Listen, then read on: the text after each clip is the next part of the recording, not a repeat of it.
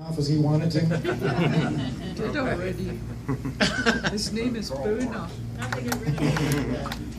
Well, ladies and gentlemen, now it's time for our keynote speaker, a man who is known from sea to shining sea as a man who brings hope and encouragement to the American people. He comes to us from New Zealand. He has a new book out, The Enemy Within. It's on the table outside by the coffee. I am going home with one of those books, and I strongly encourage you to do the same thing. Please give a warm welcome to Mr. Trevor Loudon.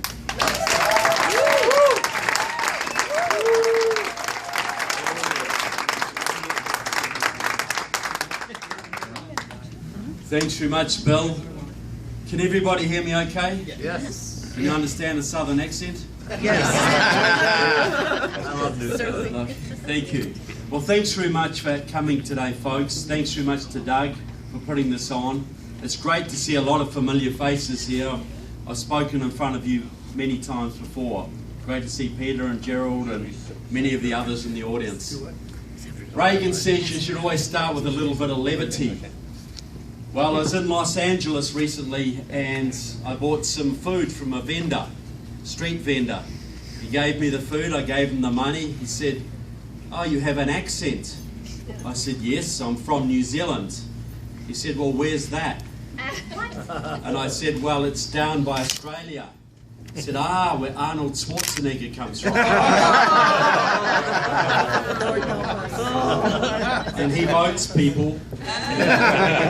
It's the tragedy.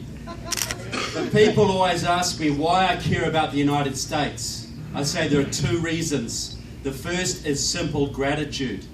My country was saved in World War II from invasion by the Japanese by the massive sacrifice of your fathers and uncles and grandfathers at the battles of Guadalcanal and the Coral Sea and Midway.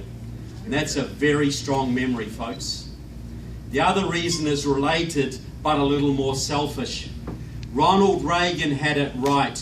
This is the last best hope for mankind. Yes.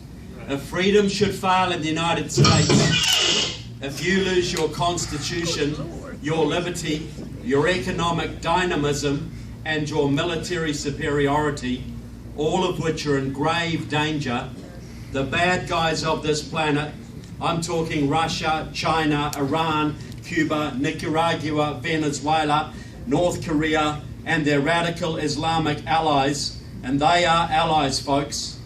They will take this country down and they will divide the world up amongst them. Yes.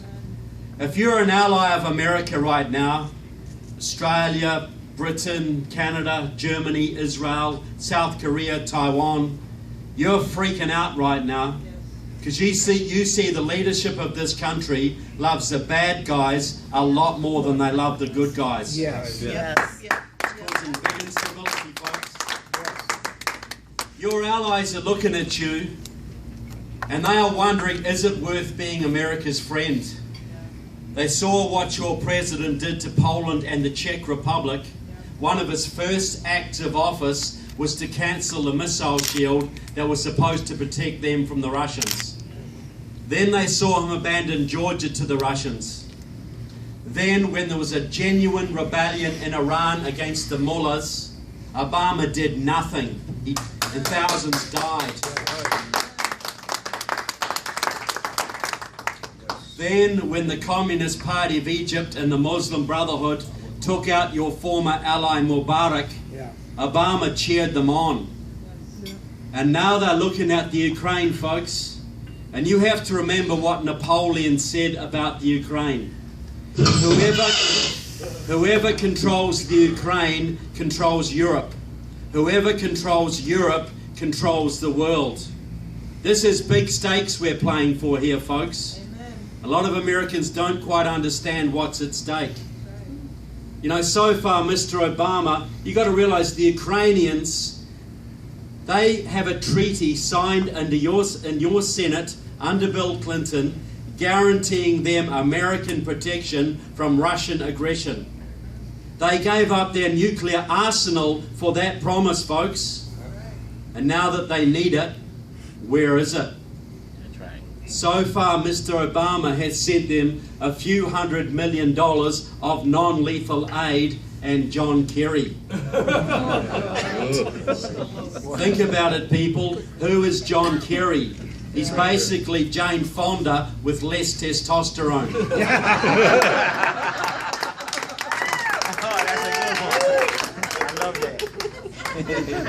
So this is about a lot more than America, folks. This is about the survival of the Western world. Yes, it is. Because if America goes down, folks, every Western country will fall. And we think about war, we think about disasters, we think about World War II. I want to come back to a point. There was one group before World War II that could have stopped that war. They could have stopped Hitler. And that was the German churches. Yes. They had the moral authority and the numbers to stop Hitler. That's right. But they decided not to get involved in politics. We'll let him have his area, keep away from us, we'll leave each other alone. They put swastikas in their churches, folks. They took the easy road. And what happened? How many died because of their cowardice, folks?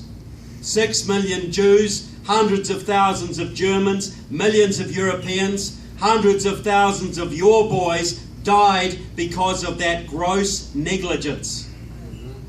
Now you look at the world today, folks.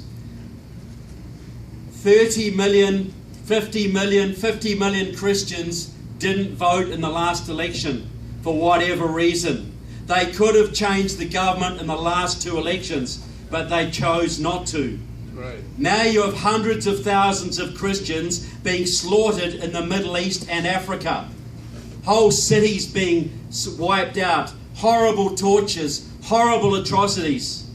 Would that be happening if we changed the government in the last 2 elections? No. How many of the Christians who didn't want to get their hands dirty understand their responsibility for what's happening to the Christians in the Middle East and Africa today? How many of you think understand that, folks? Not enough.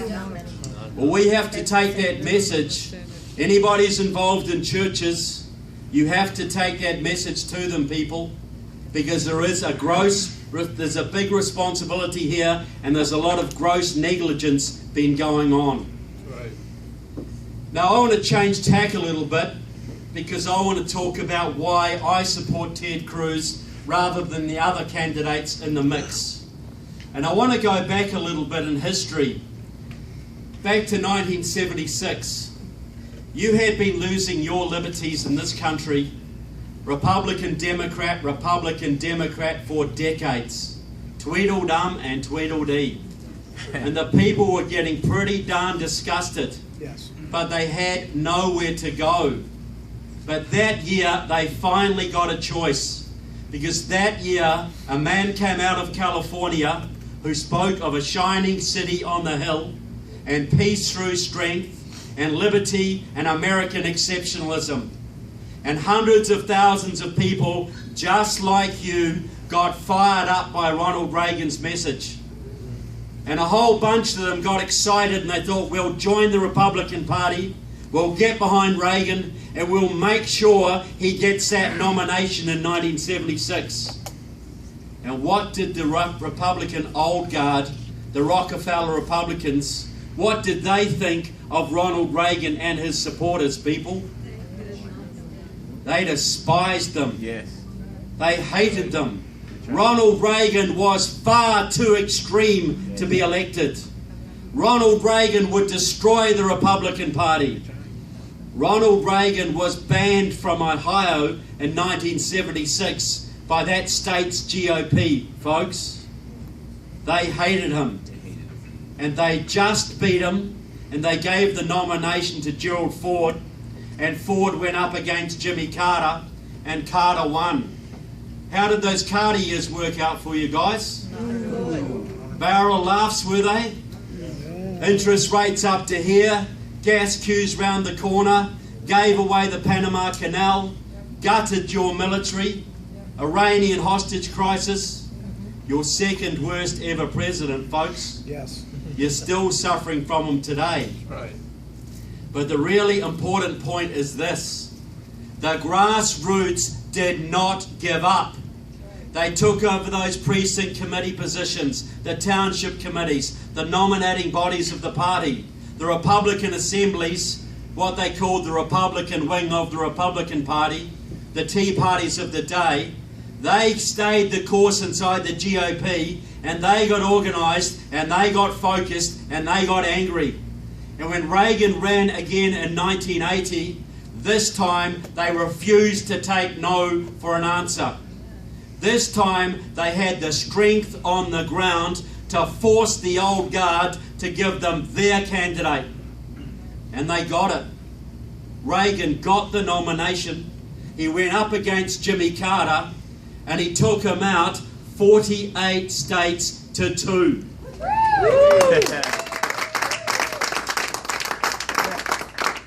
Not bad for an unelectable candidate, right? That's right. People, the Iranian hostages were back on the first day. Yes. The interest rates went down. The taxes went down. The economy boomed. He rebuilt your military and he rebuilt the pride in this country, and he took out the Soviet Union without firing a shot. Any better president in the 20th century? Anyone even close? And why did you have a Reagan revolution, folks? Because for once it was people just like you who got to decide the candidate. Right. Could there be a message for today? Oh, yeah. Because right now, folks, this country is Jimmy Carter on steroids. Yes. And you need Ronald Reagan on meth to turn this around. No disrespect. Because you've got to go way beyond Reagan.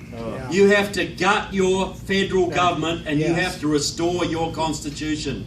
You know that. He wanted to do it, but he didn't have enough support. He went as far as he could, and look at what he gave you, guys. Remember, in those last Ray Carter years, people were seriously saying that America would never be great again. Can you remember that? Yeah. 2 or 3 years in, what a difference it made, right? Amen. How much of a difference could one man make? But it wasn't one man. It was thousands and thousands of people like you who gave that man an opportunity to do what he knew had to be done. That is where we are today, folks. See, you have 100 years of progressivism to unroll. That might take you 20, 30, 40 years, I don't know. But one thing I do know is you have a massive battle in the next year that you have to win. Because you have to win 2016, people. Because if you don't, the Democrats are going to dissolve the southern border. They're going to import hundreds of thousands of people from the Middle East. And they are going to swamp your base, folks. Yes. They intend, I have Eliseo Medina, the president's confidant, on tape, I quote him in my book saying, we are going to get at least 8 million more Democratic Party votes through amnesty. Yes. That is going to give us a governing majority, not just for the next few election cycles, but forever. Think about it, folks. Mitt Romney lost by 2.5 million votes. We allow amnesty to go fully through.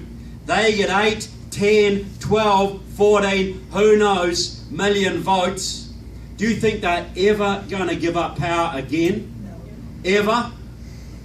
Obama did amnesty, executive amnesty, totally against the will of his own country. He knew it was hugely unpopular.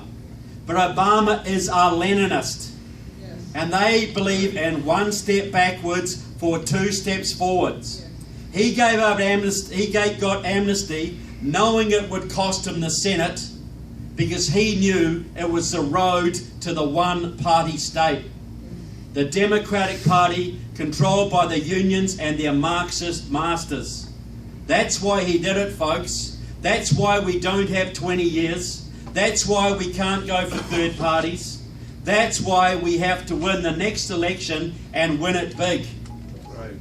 And we're not going to win the election, people, if we have some sort of candidate who loves Common Core and thinks illegal immigration is an act of love, because the Tea Party's going to stay home, the Republicans' base is going to split, and either Hillary Clinton or Bernie Sanders, probably with Pocahontas Warren on the VP ticket, will be running this country, folks. Oh my God. And they will run it forever. And if you think that's right. it ain't 4 more years of Democrats, if they get in again, it's ever, forever, people. Yes. Forever. So we got to win. But how do you do it? See, Reagan was a genius. He could unite the social conservatives, the fiscal conservatives, the defence conservatives. He could bring the Reagan Democrats across. He could get the evangelicals out voting. The grand Reagan coalition. But right now, your base is very fractured. You've got 1 million libertarians who gave their vote to Gary Johnson last time. You've got Tea Party Republicans, moderate Republicans, 4 million GOPers who couldn't even be bothered voting last time. That's right. You've got Second Amendment people, anti-Common Core people. You've got, as we say, 30 million evangelicals who didn't even register. Imagine what they could do to transform this country spiritually and politically, folks, if they took on their responsibilities. And why is it a Christian's duty to look after their family, their brother, their church, and their community, but give the government to the enemy? When the government affects their family, their brother, and their church. Right. Where do they get the idea that they have a right to throw that responsibility off? Where do they get the idea that they have a choice on this, folks, if they actually profess to be Christians? Right. Where do they get that idea? From the enemy. That's where they get the idea. So this is what I think, and the thing is, the Democrats' base is smaller than ours, but they can bribe every single element of it with your money. You cannot bribe your base. You do not want to bribe your base. So what must you do? You need to inspire your base, folks. Yes, that's right. Inspire means to breathe life into. Yes. And how many politicians have we seen that could inspire us in the last few years? I would say Reagan, I would say Sarah Palin, and not too many else before Mr. Cruz came along. See, the thing is this, we talk about the young people. We've got to get the young people on our side. We've got to get them voting. Yep. Well, look, and the Republicans will say, yeah, we have to have a cool, sort of charismatic, nicely dressed candidate, nice haircut, someone like Marco Rubio. He'll get the young people voting. I say utter garbage. I've seen 2 politicians who can inspire the young in big numbers in recent years. One of them was Reagan. Think about it, people. How many 60s hippies threw away their tie-dyes and put on Reagan badges and became conservatives because of Mr. Reagan? Cindy was probably one of them. But the point is this, because Reagan could speak to the heart. Yes. Yes. And what do most people vote from, folks? Yes. The heart, is it not? Republicans think you talk about gross national product figures and everybody's going to get fired up. The Democrats have got a terrible message of poverty, abortion and dependency, but they sell it as hope and change and justice and fairness. We have a message of independence, of the Constitution, of liberty, of making the world a better place. And how does our side sell it? Intellectually. Just intellectual, pointy-headed accountancies type of stuff, which is okay for 5%. but it doesn't get the base fired up. See, Reagan could fire up the base because he spoke of a shining city on the hill. Liberty, the Constitution. He could reach the head, but he could reach the heart. There's one other politician who has inspired the young in recent times, and I don't agree with everything he says, about 80% of it I suppose, and that is Ron Paul. You look at the college campuses, folks. All the political kids there are either socialist or Ron Paul libertarians. And Ron is hip and cool and charismatic, right? He's a grumpy old bugger. But he's a principled grumpy old bugger. He stands up for the Constitution. He's always consistent and he never backs down. And the young people love him like a chocolate. Do they not? So if you want to unite the base, you have to have someone who can inspire. As Reagan said, someone who can fly the bold colours, not the pale pastels. Yes. Right. And you've seen what Mr. Trump has done by flying some bold colours, Yes. right? Yeah. He's fired people up. Well, Ted Cruz can do that too, but he can also speak to the head. Yep. He can speak to the intellectuals. He can lay it out. He can lay exactly his vision out, but he can inspire as well. And is that not a very rare combination? Yeah. Is that not what you would want as your candidate? Yes. Yes. They say we want a governor. You know, we want a governor because they can manage. The IRS can manage. You know, we don't want managers, people. We want leaders. Yes.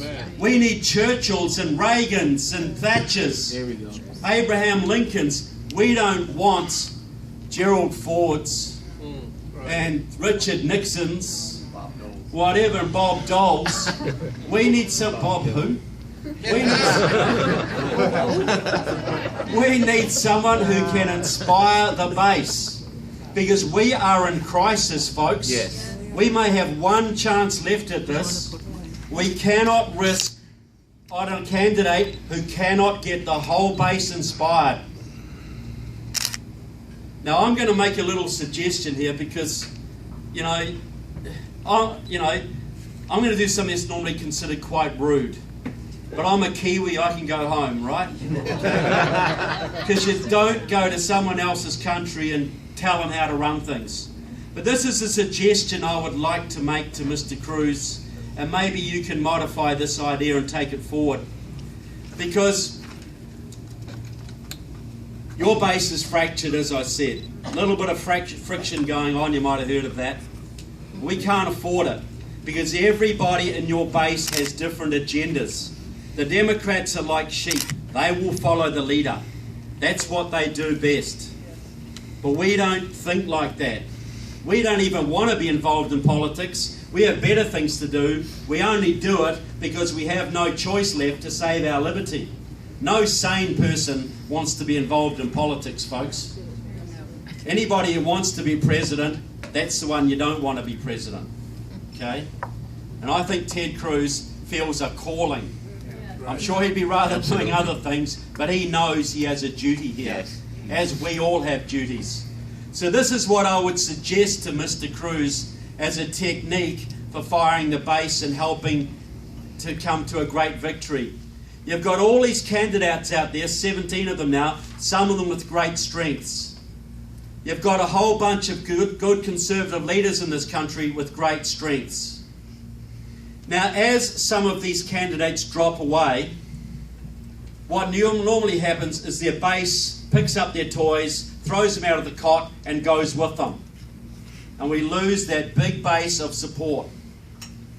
So Mr. Cruz could be doing something like this. He could go out to his base, all the elements of the base, and say something like this. We need to unify. We've got one shot at this. You have your talents. I want you on board.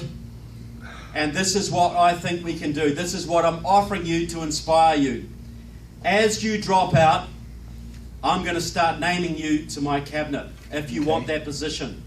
and I'm going to get some good leaders and bring them forward, and we're going to run as a team. I would go to Carly Fiorina and say, if and when you drop out, you're welcome to run on my VP ticket. Yeah. Okay? And you imagine Carly going head to toe with Hillary Clinton. Because Americans really don't like men beating up on women. But it's not quite so bad if a woman does it, especially a fiery one like Carly. So you go through, and this is the dream team. You go through, and as they drop out, you pick them up.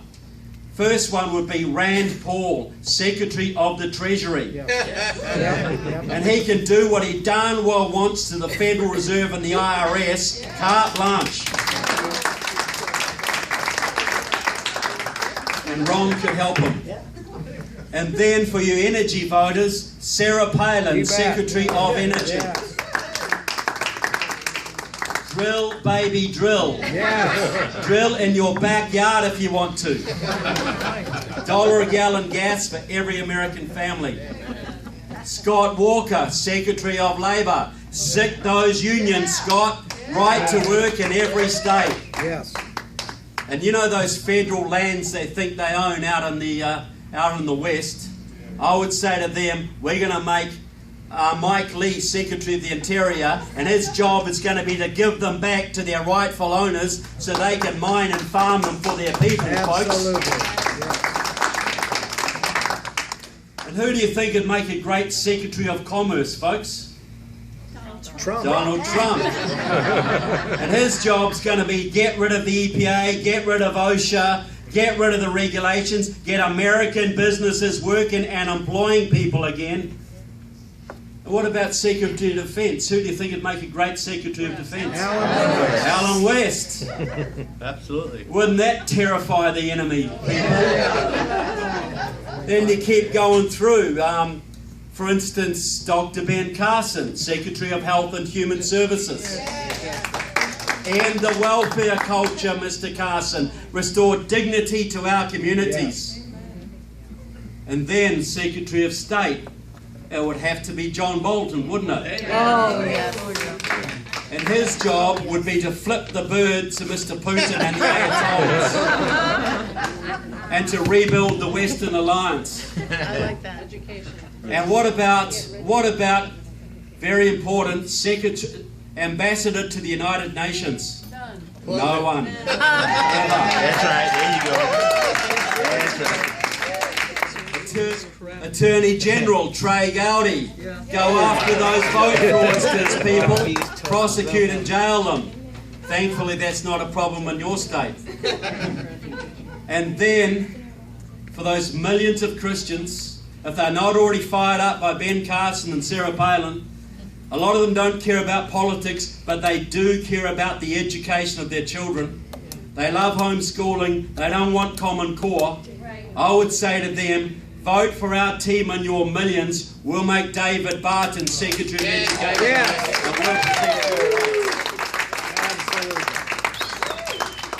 Name your whole team, Mr. Cruz. Name your whole cabinet. Run as a team across this nation. Would you guys be fired up by a team like that? And would it unify the base? Because everybody's getting something, right? The evangelicals get something, the libertarians get something, the Tea Party gets something, the moderate gets something. And aren't you all Americans?